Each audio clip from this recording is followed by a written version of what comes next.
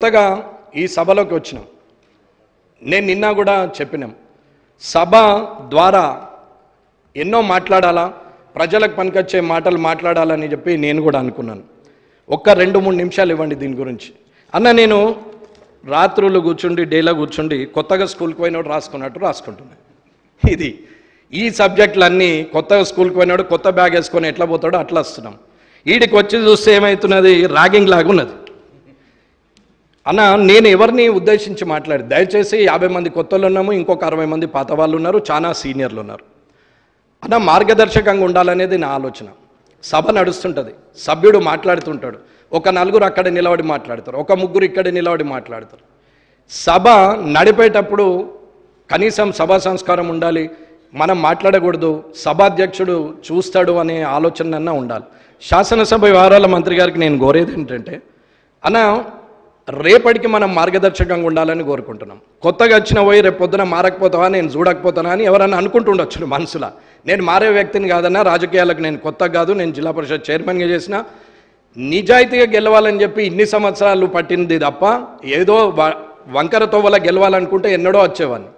కానీ ఇవాళ కూడా అందరూ కష్టపడే వచ్చినా ఇక్కడికి వచ్చిన తర్వాత మారుతున్నారా, లేకపోతే ప్రజల్లో మాట్లాడే మాటకు అక్కడున్న సీరియస్నెస్ ఇక్కడ ఉండదా అనేది నాకు అర్థం కావట్లేదు.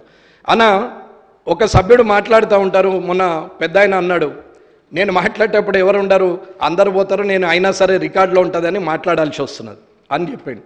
అన్న, సభలో ఉన్న సభ్యులు అందరూ కూడా వింటే మాట్లాడే వ్యక్తికి ఉత్సాహం ఉంటుంది, మాట్లాడిన మాటకు విలువ ఉంటుంది. నోటైన మాట మీ ద్వారా ఉన్న ఇక్కడ 119 మంది ద్వారా అన్ని నియోజకవర్గాలకు వెళ్ళే పరిస్థితి ఉంటుంది. అది చేయాల్సింది పోయి అందరం ఇష్టం ఉన్నట్టే వెళ్ళి వస్తున్నాం.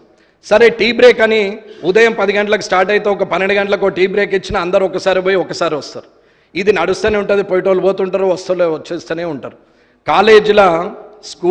కాలేజీలో ఇంటర్మీడియట్ పిల్లల్ని చూసినట్టు అవుతున్నది తప్ప టీచర్ అటు చూసేసరికి ఒక పీరియడ్ అటండి ఈయనకెళ్ళి వెనక డోర్లోకి వెళ్ళి వెనకకి వెళ్ళిపోయినట్టున్నది. ఇది పరిస్థితి. అన్న, నేను ఎవరిని అవమానించట్లేదు. ఈ సభ అంటే నాకు గౌరవం, ఇది చట్టసభ. ఈ చట్టసభలో ఖచ్చితంగా అందరం గౌరవంగా ఉండాలా. రేపు పొద్దున రాజకీయాలు నేను కక్ష ద్వేషాలతో ఉండాలని నేను కోరుకోవట్లేదు. అందరితోని మంచే ఉండాలి, కానీ మంచిని మంచి అనాలా, చెడుని చెడు అనాలా. అన్న, ఇవాళ రుణమాఫీ ఉంది, నాకు అవసరం లేదు, నేను రావద్దని అనుకోవచ్చు, కానీ అది కాదు. చేస్తుంది మంచి పని, ఏ పార్టీ అనేది అనవసరం. ప్రభుత్వంలో ఒక సభ్యుడిగా ఉన్నాం, ఆ ప్రభుత్వం నాది, నేను ఇది కాంగ్రెస్ ప్రభుత్వం అని మీరు అనుకుంటుండొచ్చు, కానీ ఇది తెలంగాణ రాష్ట్ర ప్రభుత్వం అని నేను అనుకుంటున్నాను. ఈ రాష్ట్ర ప్రభుత్వంలో 119 మంది సభ్యులం ఉన్నాం. ఈ ప్రభుత్వం మనందరిది. ఈ ప్రభుత్వం చేసే కార్యక్రమాలల్లో పోవాలా, కూర్చోవాలా. అక్కడ సోనియా గాంధీ గారిదో, రాజీవ్ గాంధీ గారిదో, రాహుల్ గాంధీ గారిదో మీరు ఫోటో పెడితే మేము వెళ్ళొచ్చేస్తుండే, కానీ అక్కడ ముఖ్యమంత్రి గారిది ఉంది, అక్కడ వ్యవసాయ శాఖ మంత్రి గారిది ఉంది, ఫైనాన్స్ మినిస్టర్ది ఉంది, కానీ ఇంకేది లేదు. అంటే ఇది రాష్ట్ర ప్రభుత్వము అని అనుకుంటున్నాం. మీరు కూడా అలాగే ఆలోచించమని చెప్తున్నా తప్ప నేను వేరే దాని గురించి ఏం మాట్లాడట్లేదు. తిట్టుకోవడం ఎంతసేపు అన్నా, సెటైర్లు 100 వేస్తాను నేను కూడా, బయట నా అంత సెటైర్లు ఎవరు వేయనేయ్యరు, కానీ నేను అట్లా వేయను. ఎందుకు అనంటే మాట మాట్లాడడం, అరవడం, ఎదుటోళ్ళ మీద కామెంట్ చేయడం, అక్కడ మాట్లాడుతుంటే ఇక్కడ అరవడం, ఇక్కడ మాట్లాడితే ఇక్కడ అరవడం అనేది నడుస్తూ ఉండని రోజులు. ఏం లాభం, ఏమవుతుంది అనేది నా ఉద్దేశం.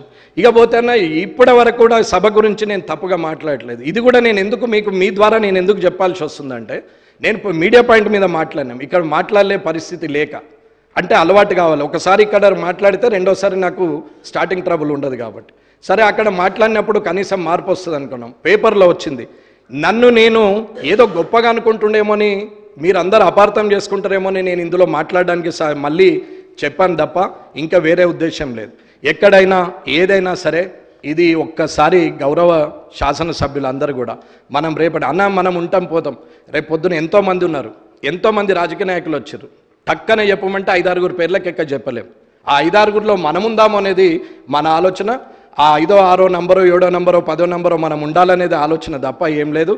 ఈ 2024 నుంచి ఏదైతే ఈ శాసనసభ ఉందో, ఈ 3వ శాసనసభ ఉందో, ఇది ఎల్లకాలం తెలంగాణ ఉన్నన్ని రోజులు, తెలంగాణలో జనం ఉన్నన్ని రోజులు, ఈ శాసనసభ ఉన్నన్ని రోజులు ఈ 119 మంది గురించి గొప్పగా చెప్పుకోవాలనేది నా కోరిక. ధన్యవాదాలు.